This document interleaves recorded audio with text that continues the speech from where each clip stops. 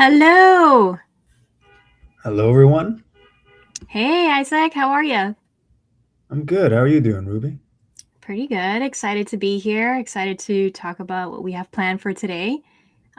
So let me just kick us off so we can get going. So, anyone new to our channel here on Twitch or YouTube, this is our Postman Student Community stream. If you don't yet know about the student community here at Postman, basically we just promote API literacy and education among students and educators through a few different programs. We have a student expert program, a student leader program, and a classroom program. You can find out more about our student program through our webpage, which I will flash across the screen. Huzzah! Cool. So while you're taking a look at that, I'll introduce myself. I am Ruby. I'm hosting today with Isaac. I'm a Hello, technical everyone. enablement architect here at Postman on the solutions engineering team, but I'm currently collaborating with the student team to host some really fun streams. I heard Isaac share a hello with you. So, Isaac, why don't you go ahead and introduce yourself? Hey, everyone. My name is Isaac, and I'm a student developer advocate on the student programs team. And as Ruby mentioned, you're watching us live, coming at you live with these student programs streams. So we're here at Postman. We're organizing these streams for you, the student community. If you tune in periodically, you can expect streams where we'll go over different technical topics and maybe even spotlight students.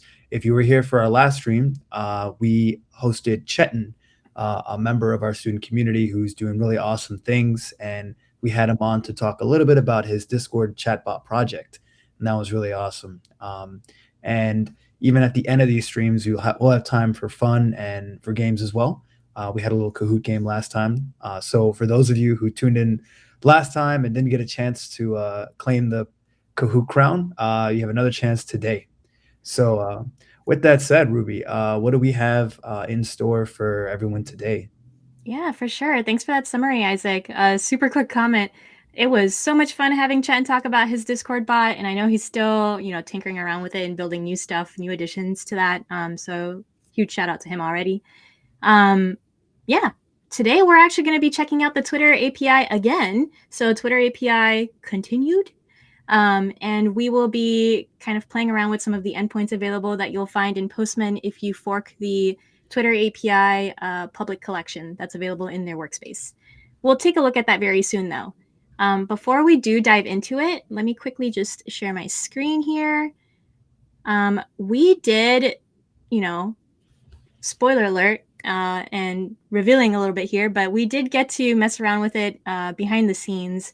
And some stuff that we uncovered is that there's different authentication methods apparently that you can use with the Twitter API.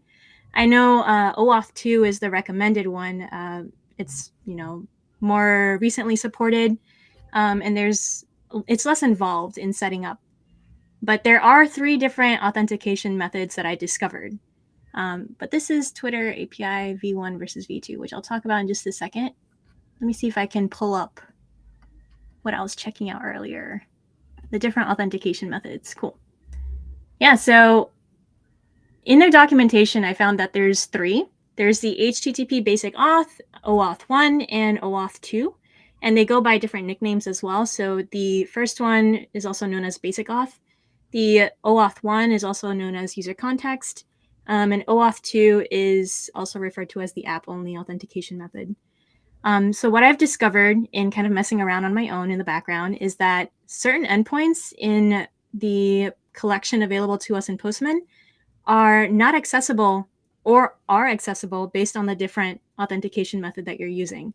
So we'll share more about that as we start tinkering around. But Isaac, did you have any thoughts or anything else to share about authentication methods?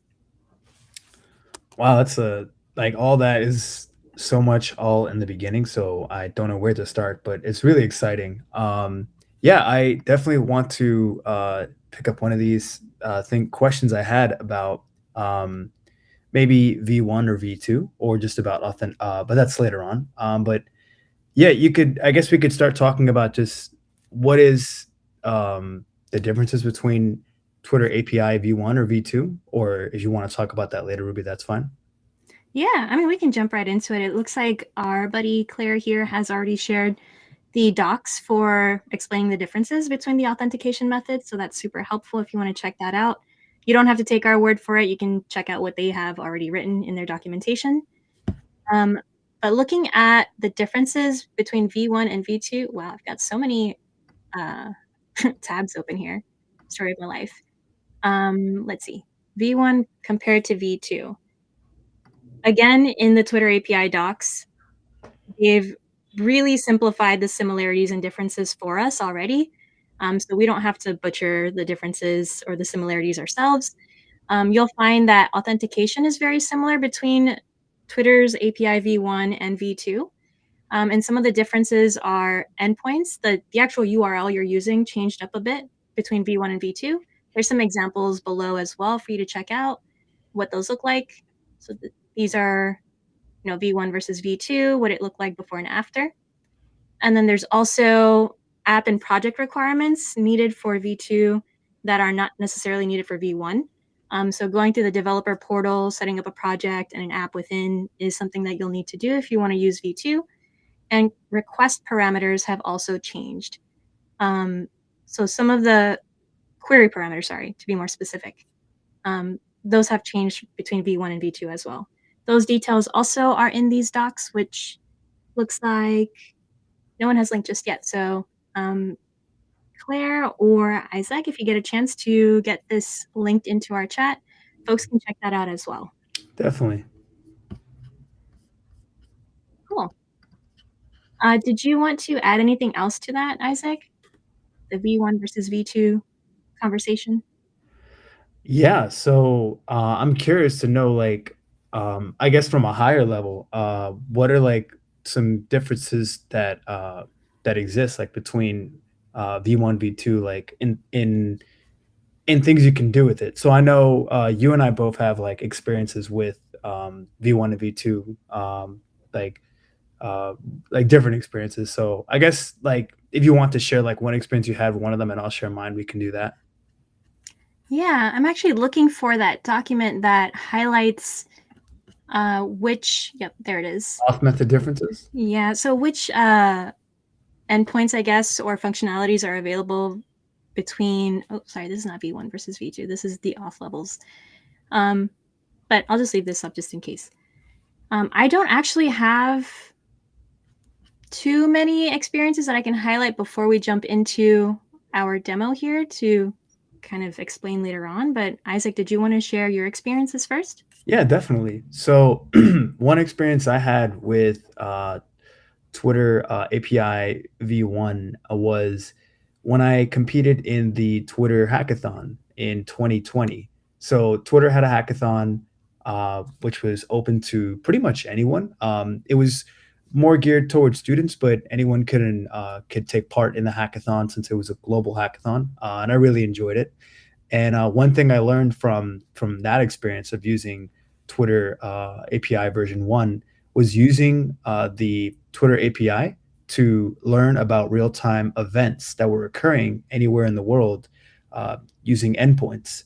So that was really cool. And I remember hopefully if I can find the project, I can maybe talk about it in another stream. But my team basically made a project where you could track news about news about current events, so current news and what was going on through Twitter related to the lockdowns or the pandemic. So that helped with the goal was to help people know when it was safe to maybe go back outside and do grocery shopping, or when at the time I know a lot of restaurants were operating at 50% capacity or 25% capacity. So our project was meant for people to that wanted to know when it was safe to kind of slowly go back to normal day life. That was the whole point and the goal. And one thing that was different about that, I guess, now to V2 is I know in V2 now a lot of those endpoints use OAuth 2.0, so there's a lot more authentication you can do with that.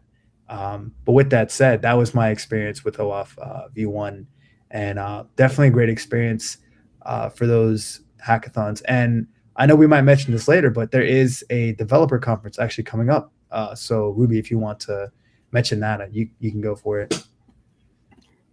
Yeah. So before I add info about the developer conference, I did want to mention my experience using Twitter API v2.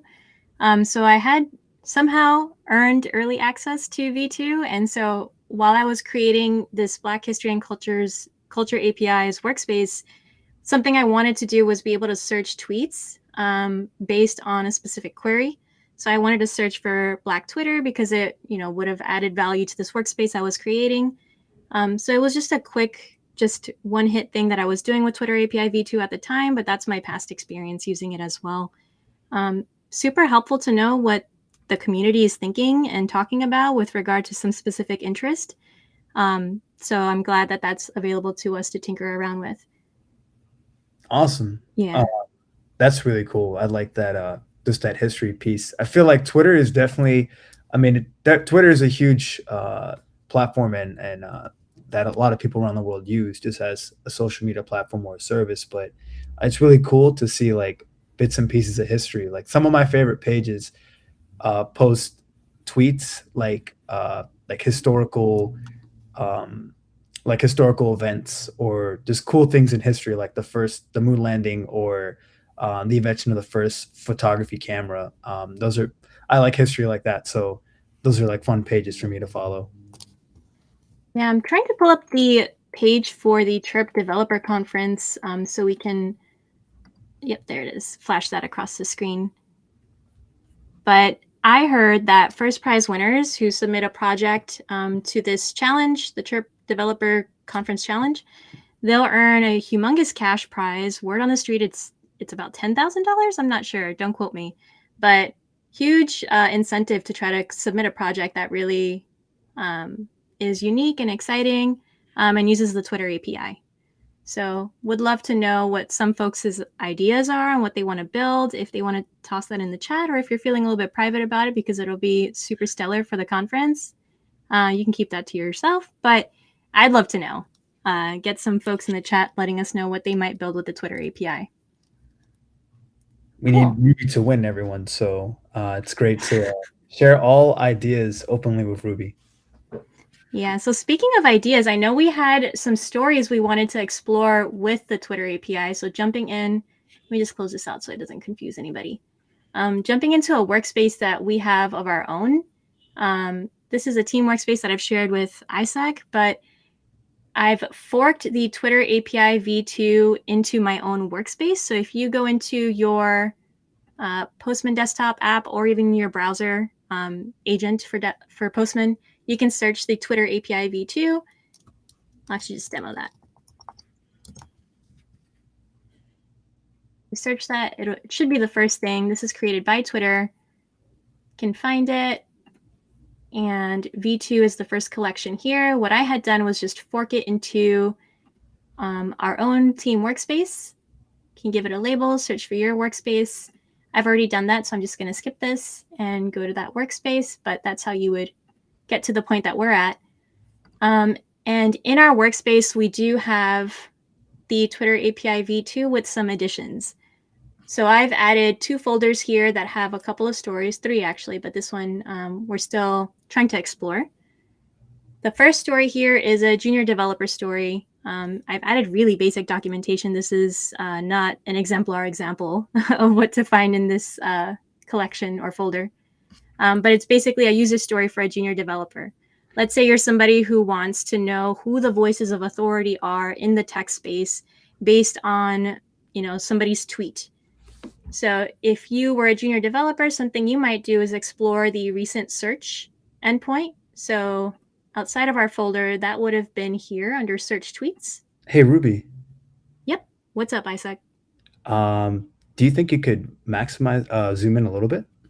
Yes, I definitely can do that. Thank you. I have 20/20 vision now, so I I take have it for granted.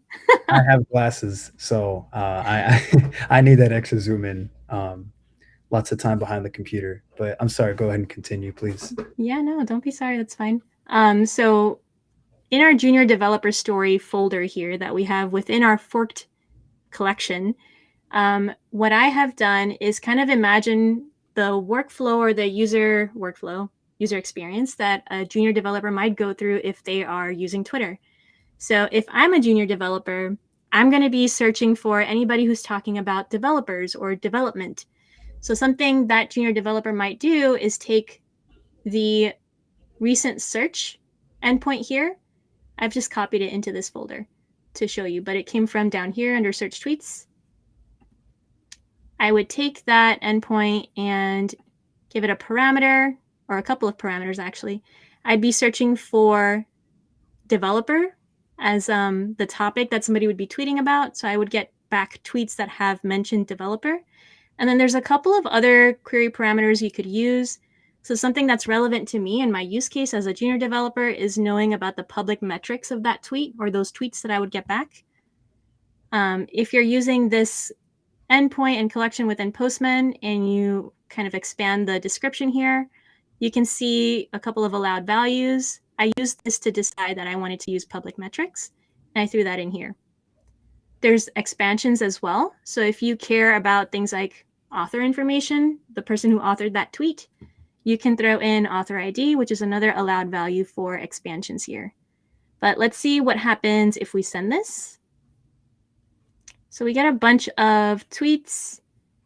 We get their text. We also get the author ID in case we need that. If we want to refer to this author later on and decide to maybe follow them, we can follow them based on their author ID here. We see some public metrics on that tweet. So that tweet was retweeted about 15 times. There's a couple other tweets down here. Yeah, so it sounds like our query parameters were a success. We were able to pinpoint exactly what we wanted. And these tweets have to do with developers. So as a junior developer, this is very appreciated. I could also take that user ID. So if I go into the test tab here, I commented out my console log because I was peeking into our object to see how I can access the author ID.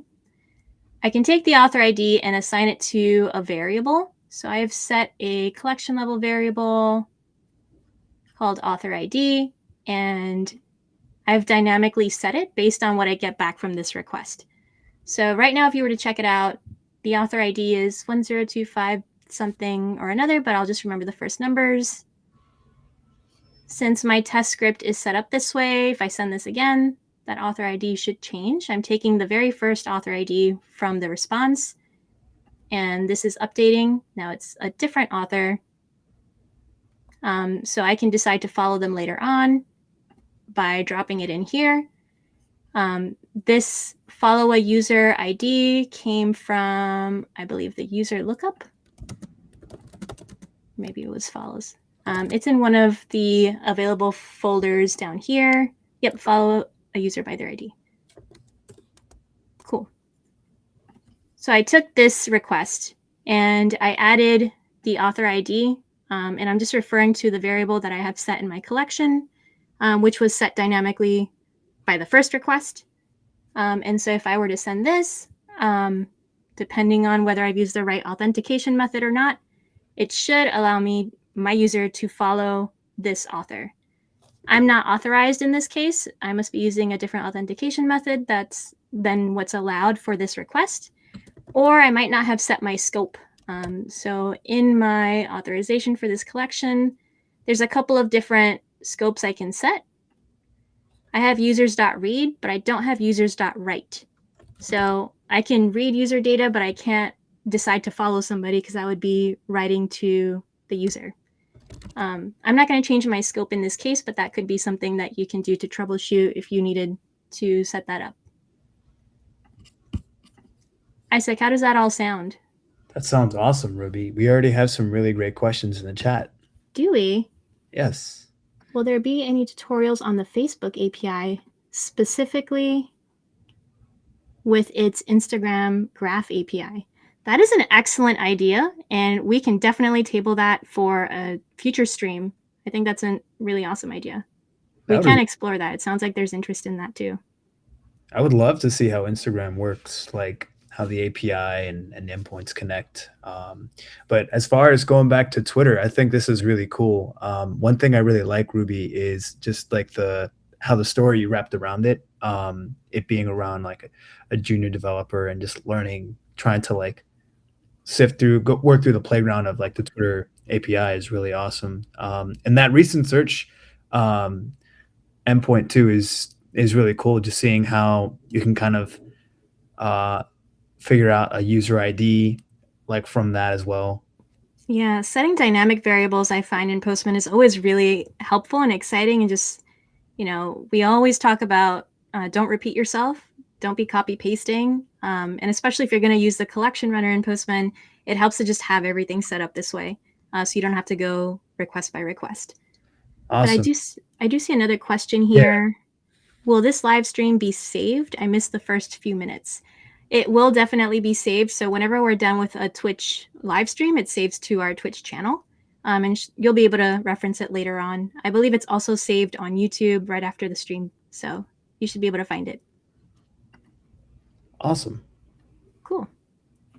And I do see a confirmation, $10,000 for projects that come first in each category. Check it out. So this Ooh, is with the Chirp Dev Challenge. guys, this is a great opportunity for just getting in those brilliant those big ideas that you might have that you haven't had a chance to work on, or a competition to submit them in. There's your chance. And with Ruby and what we're doing here is like a great first step in starting any new project. To kind of snowball off of what you're doing now, Ruby, in the Twitter API. When I was in the Twitter hackathon, and that was the first time I was learning how to use Twitter API. My whole team was new to it as well. They had never worked with the projects, so we attended some workshops, and we saw some Twitter devs doing demos similar to what you're doing now, and that was a really great first step for me as I was working through my developer journey too. I really feel like, I don't know, how do you feel about that too, Ruby? Like, um, the first step, is it like what makes it easier in your junior developer journey? Like your first step, is it doing workshops like this, or doing projects, or watching another developer work on it? I feel like for me, it's definitely like workshops like this. Yeah, for sure. I think it always depends on the individual and what they prefer. There's some folks that, really love by doing, and then there's some that like watching tutorials and like following along. And then there's some folks that just want to read everything about a certain topic before they try it on.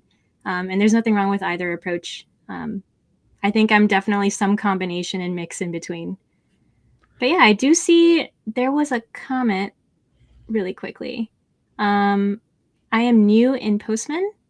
So first of all, what should I do?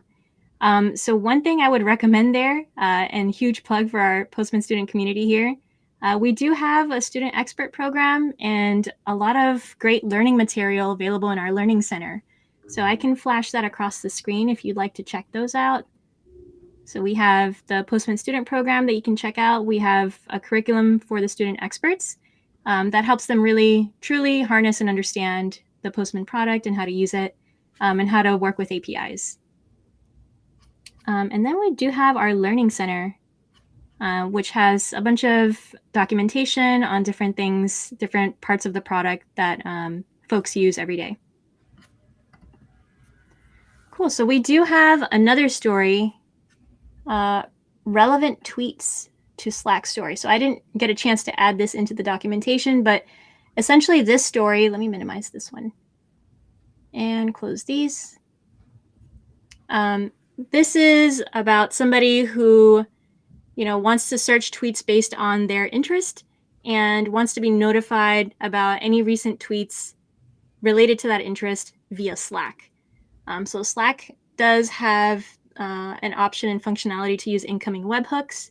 And in their API docs, they help you kind of design attachments and set up messaging that you can send to a Slack channel. We did some messing around with this. So we got a recent search also based on the same query parameters that we set up in our previous recent search. So searching for developers, we wanted to see public metrics and author ID. This might not necessarily be relevant for this story, but I mean, it doesn't hurt to help have them. So if we were to send this, we would get more tweets down here. You can, in the test tab, set up some logic so that you set a variable to be the user tweet, so the text that's actually coming back from a tweet, and then add that to, sorry, not that one, this one, add that to a post request. So in the pre-request, you're getting that variable, that text that you just set to the user tweet, and you can see that in our collection here, that variable is set up here under user tweet. Looks like there was a retweet added there. If we go back to this post, after we get that user tweet, we do add that tweet to a Slack channel. I was, still working on debugging this one, but essentially the idea is that it would show up in, I have a test team here, in a Slack channel like this. So I have my own Slack workspace set up and this Slack channel. You can see that I'm referencing that Slack channel here in my body, testing webhooks rather. But it doesn't work just yet. Wah wah. But we'll get there, and when we do get a chance to get that set up, we'll share that in a workspace and maybe highlight it in a future stream. But the idea here is that you would send a tweet or information about a tweet that you looked up, chain it to this request that works with Slack's API, and send it to a Slack channel that you've set up. So that's pretty cool. You can also, do something similar with Twilio, where you send yourself a text message, maybe using information that you pulled from a recent tweet search. So a couple of different ways to get that set up. Isaac, have you ever changed requests or used multiple APIs to achieve something? Yeah, so going back to when I first worked with Twitter API at the Twitter hackathon, we were chaining. Everything was just one API, the Twitter API, but we were chaining different endpoints. One to track tweets in real time that were similar to what you're doing, what you were using, the relevant tweets endpoint. We were looking up relevant tweets to health-related events in the country or in the U.S. or around the East Coast, and then we chain that to search for those relevant tweets by user, and we search for specific users like the CDC's Twitter page, the White House, or any other like local health-related pages, and we would take that information and then we'll take using those tweets from those specific users, get like an idea, really an image of what the situation would look like if someone say wanted to know, is it safe to go to the park today, or is my favorite restaurant like open to 75% capacity. The example we used was is a pizzeria down the block like open enough for me and all my friends to go and eat like at full capacity. So that we chained those different endpoints to get that kind of result. Yeah, so I did see a quick question. Can I use this API to build projects? The answer is yes, of course. So one thing that I found in the Twitter docs was this page all on tutorials and examples. There was one, I don't know if it's coming up immediately. My 2020 vision is not, participating right now, but there is one where you could track some live stream based on your interests. So to do that, you would use the filtered stream endpoints. You can add a quick rule about what you want to find. So streams are basically live tweets that are happening. And so if you add a rule to get streams from CDC Gov, which is a user on Twitter, and you want to see anything that they mention about virus, but make sure that it has media, you could set that rule. Let me see if I can set it up now, or if there's an authentication. No, looks like I was able to set it up. It has this value, and this rule has this ID. If I were to retrieve the rules that I set up, I can see that I just set this one up, and it's up top. I can also choose to delete a rule or destroy it. And then I guess the real reason for setting all up all those rules is to be able to retrieve a stream that has to do with the rules you just set up. So you could send this, but if you check the docs here, this isn't completely supported in Postman just yet. There's a recommendation that you go into the code tab here and select curl, and then just copy paste the code into curl and see what kind of tweets are coming up in the stream based on the rules that you set. So that's another idea or project that you could work on. And as always, something I always recommend to folks who are not quite seeing how the work in Postman transfers to their project, you can always check out the code icon here on the far right, just under documentation, and grab the code in any language that you're using for your project, copy paste that into whatever IDE you're using, could be VS Code, IntelliJ, whatever, and just copy paste that in there. There are examples and walkthroughs in the tutorials within the documentation in Twitter as well. So let me see if I might have actually just saved that one.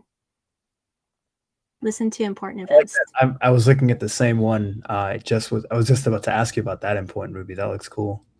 Yeah, so that's actually from this tutorial. So Listen for Important Events is a project that they recommend you try out. Gives you all the information you'll need about what kind of authentication is needed, how you can do that in your terminal. And then there's other projects that even walk you through Glitch to set up, a prototype of your project. Wow. So you have projects related to important events, and then they link to a glitch tutorial. So it sounds like everyone has an opportunity here to enter Chirp, like, or something to get started with. That's what it Yeah. feels like. Yeah, I'm actually, so if we are able to share that link in the chat, we can ask folks which tutorial they're most interested in trying out. That sounds like a really awesome idea. I don't know what does everyone else think. Feel free to let us know in the chat as well. Nice. I see Ian popping in to say, hey, friends. Hello, Ian. I do see a question about rate limits, perhaps. If a company is answering 600 plus customer support comments on Twitter, could they send out 600 plus replies in a day without getting a rate limit block? There is some documentation on rate limits. It sounds like Claire was able to pinpoint that information. According to that doc, there's different rate limits for different endpoints, and they refresh on a rolling 15-minute basis. Yeah, this is all also in the Twitter documentation. So please feel free to explore that. There's oodles and oodles of information in there. You don't have to take our word for it. You can check out what they have documented. I think we have some additional questions as well, Ruby. Yeah, is the API key mandatory to, I'm assuming, get access to the Twitter API? Yes, so if a lot of the endpoints use different authentication methods, there's a shift into using OAuth 2 for most of the endpoints now. So to do that, you'll have to set up a project in the Twitter developer portal, and within that, an application. And once you do that, you'll get an API key that points to that project in that application, and then you can plug that into the collection that you have forked. So you can see a couple of variables in the collection. I actually don't have them set up in my collection variables. I have them set up in my environment just for privacy, to make sure that it stays secure and that I can still point to it. But you do need all of this to be able to use the API. These are some great questions, guys. Everyone, keep it up, please. Yeah. So do you, Isaac, have any other thoughts or ideas on what we can mention about the Twitter API? Because I know we did a lot of work behind the scenes trying to figure out how to use it and what would be most relevant to us. Right. Yeah, definitely. Yeah, so I guess it would be cool to, mentioning some highlights that Ruby already pointed out, that the key differences between Twitter API v1 and v2 is just the chances you get to work with different OAuths, v1 or v2, and just the project ideas that they have available that we also listed through the documentation. I think it would be cool to also mention just some other. I see like we did mention the streams as well. I'm not sure if you got a chance to mention that, Ruby. These stream endpoints? Yeah. Yeah, so we were just checking those out. So if you set up some rules, you can kind of configure what kind of stream you want, like what stream of tweets and what interest or topic they're related to. So if you send this, it was already documented here, but it's not fully supported in Postman just yet. We do have support for WebSockets, which is, I think, under the hood what's happening here. But this is not formatted for WebSockets at the moment. I think that might come in time, but this isn't going to work here as it is right now. If you were to take the curl command from here, you could copy this and add it to your terminal. I won't do that just yet because my token and all would be exposed, but that's an option for you if you wanted to check out this endpoint. Yeah. Streams, that sounds really awesome. Other things that Twitter API v2 adds, I can see it there in the list, spaces. That sounds really cool. We didn't get a chance to play around with that before, but it's just interesting. If anyone has been in a Twitter space, I have. It's a really fun experience. And so Twitter API v2 allows you to develop projects that use the Twitter Spaces. So that would be really cool for an idea for anyone that is in need of an idea. Wouldn't it be awesome to work on Spaces? Maybe the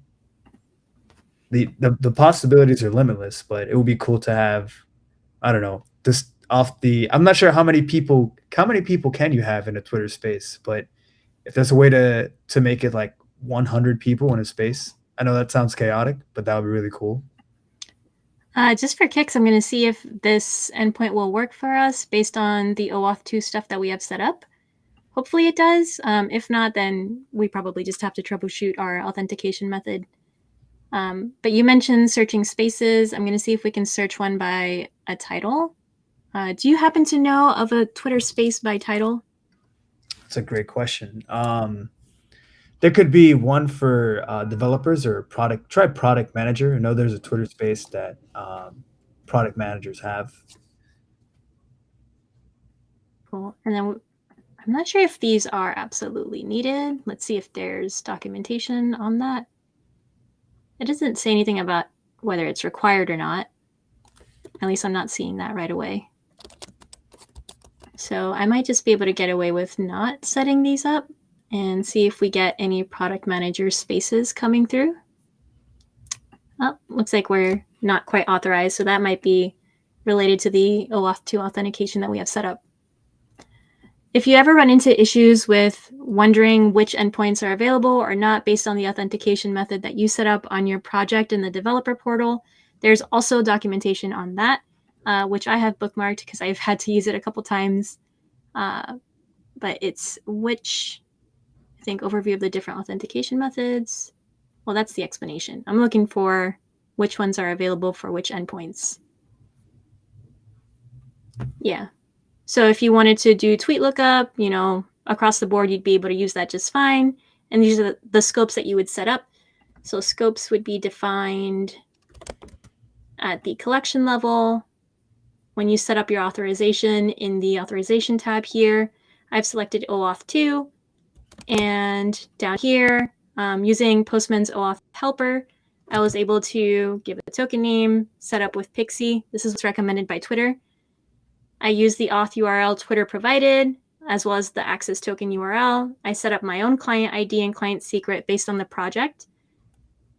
I've set this up as plain, and this is where the scopes are actually defined. So I've added a couple of extra scopes just to see what I would be able to get away with if maybe that opened up more endpoints for me. Yeah, but this is where you would define those scopes. It looks like Claire is sending some tips in the chat, Ruby. Oh, look at that. I'm over here talking about scopes and I haven't added space.read. So that would be helpful to add. Thank you, Claire. So let me see if maybe I'll need to generate a new access token to be able to do that. Or if I could just save it. Let's see. Be great if I could just save it, but you live and you learn. living on the edge. Nope. Okay. I'll set up a new access token and see if that works for us. Third time. So it looks like Twitter doesn't like that I added space.read with the authentication method that I have set up. So that might be a scope that's not quite being supported right now with this authentication method. But still really awesome that that Spaces is a project idea that you can work on using Twitter API v2. So we definitely encourage all of you to check that out and just play around with the different features that are in this API. They added a lot to it, and I know if Ruby and I try to comb through all of it, we'd be here. This stream would be like hours long. So yeah, we do have. I don't know if Isaac, you were getting to this, but we do have a new Kahoot game set up for folks to see what they were able to remember from our stream today. And spoiler alert, there's also questions in there from our previous stream. So if you were around for that one, then you have a leg up. now's your time to shine. I think I'm excited for that as well. I wonder if the chat, if everyone else is down for a Kahoot game. Ian also answered my question about how many listeners can be in a Twitter space. So Ian said spaces can have one host, two co-hosts, 10 speakers, and a lot of listeners. So just thinking about a feature like that on Twitter and getting the chance to develop projects or apps around that is really cool. Those are the possibilities are endless, everyone. Yeah, for sure. So kind of diving into our Kahoot game here, just for anyone who's never played before, what you'll have to do to join our Kahoot game is either on your phone or in another browser tab, log into cont'd. Let's see if we can throw that into the chat here. But in Kahoot.it, you'll have to enter a code, which we will show on our screen in just a second, but it goes away very quickly. So when you see that code, make sure that you put that in as soon as you see it. So I will share my screen again and get that code all set up.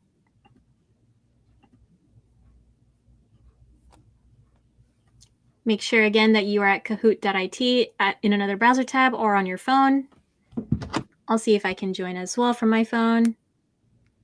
And the code should be coming up in just a couple of seconds. Awesome. This will be my rematch up against Ruby again. Who was it that won the last time? It was Dr. something. Dr. Yeah, there was a Dr. Penguin or Dr. Bird. I remember that one. Was it Duck? It wasn't Dr. Duck. I'll have to watch the last stream again to see who it was. I think it was Dr. Duck that won last time. Cool. So make sure you are either on your phone or in another browser tab logging into kahoot.it. We'll see who's able to answer our questions today based on the Twitter API. We got Witty Buffalo and Rocky Elk. 10 more seconds. It's nice that they provide a QR code here as well. Wow, Kahoot upgraded since the last time I remember using it. All right, get ready. Let's see. Here we go. Which URL points to Twitter's API documentation? Is it developer.twitter.com, docs.twitter.com, developer.twitter.tweet, or dev.twitter.tweet? This one looks like a gimme, but I also feel like it's really easy to forget a URL sometimes. Yeah. Like those answers. Right answer was developer.twitter.com. Everyone got that. Yeah. Oh, except for I guess Glad Penguin, we didn't get your answer choice in. Wah, wah. True or false?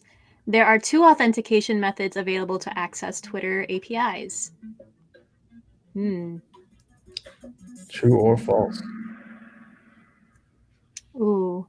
Looks like there are actually three authentication methods. We talked about that in the very beginning. Yellow Kitten, nice job.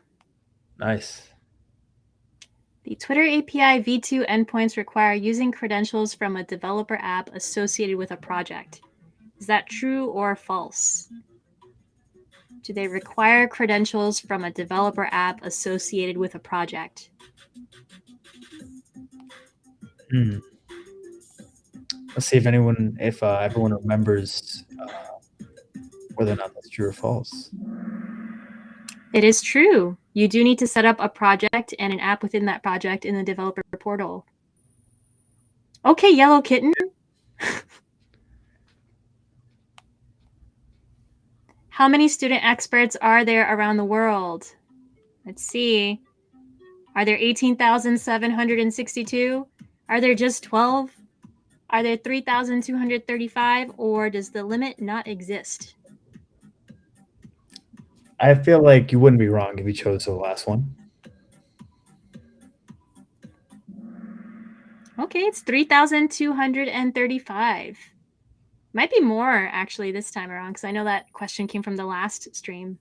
I like that someone chose the limit does not exist. Great. Which Twitter API endpoint allows you to programmatically access filtered public tweets posted over the last week?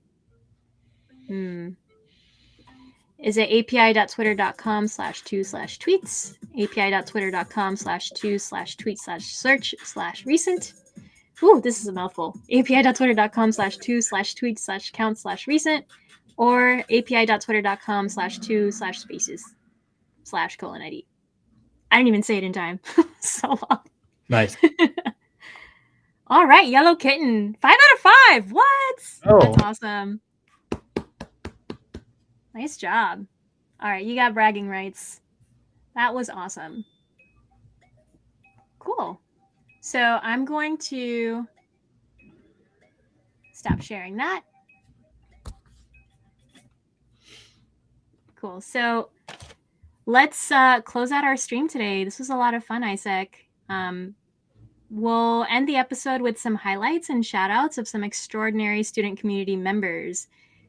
Recently, we've seen actually a lot of members in our student expert channel help out team members. I actually wasn't able to jot down their names. Isaac, did you get a chance to get their names?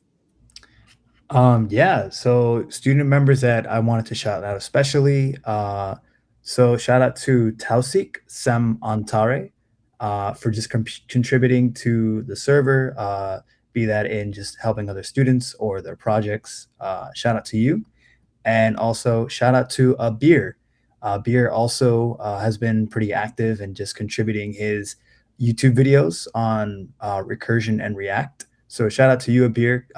Please keep up the sharing your work and just being active in the community. We love that. So shout out to you, Abir and Tausik. Yeah, so we often see folks doing really cool stuff on our Discord server. If you'd like to join and do spectacular stuff with us, you can see the link that I'll flash across the screen in just a second. There you go. So that's a link to join our Discord server. We have an enormous community that really looks out for each other. Lots of folks are newer to tech, newer to development, newer to APIs, and we just help each other learn together. So if that's something that you're interested in joining, we have a really strong community. We'll welcome you. We love having new folks join all the time. For those who are considering checking out our student expert program, I know some folks asked, how do I learn more about APIs or where do I start with Postman? The student expert program is a great place to start. You can earn some free certification and a badge signifying that you are a Postman expert. But don't forget to use the codes that I will flash across the screen in your application so we can kind of see where you're coming from when you do apply. So let's see where those are. Yeah, so these are the codes that you would be using in your application to help us kind of figure out where you're applying from. So feel free to check out that student expert program, get your learn on, and join us in our community. Isaac, did you want to close with any other thoughts? Yeah, like Ruby said, check out the links when you're applying for the student expert program, and be sure to check out more about the student programs on our programs page as well. And please join our Discord community. So if you haven't already, if you are a member, there's always some cool projects going on or something to take a part of. So please stay active in the community and just check us out. And of course, we have these streams as another way for you to just get involved in the community. So for everyone out there that really enjoyed today's stream, tune in next time. Nice. And I see Claire did share the link to the Student Expert application. So feel free to check that out as well. Don't forget to use the codes that we had shared. And just for, sanity's sake, I'll flash those codes one more time. But with that, thank you all so much for joining us today. We had a ton of fun. We have some really fun stuff planned for our next stream, so we hope to see you there as well. Again, we're doing these bi-weekly on Tuesdays around the same time every time that we stream. So we'll see you on the next one. Thanks all. Thank you, everyone. Bye.